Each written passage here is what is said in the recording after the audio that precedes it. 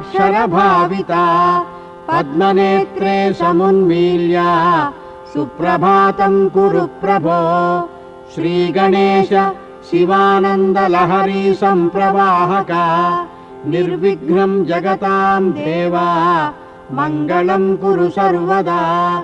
द्विजसङ्घाः प्रबुद्धास्त्वां वाग्विशेषैस्तुवन्ति त्वत्पदाब्जं करैः स्प्रष्टुं सूर्यदेवः समीहते।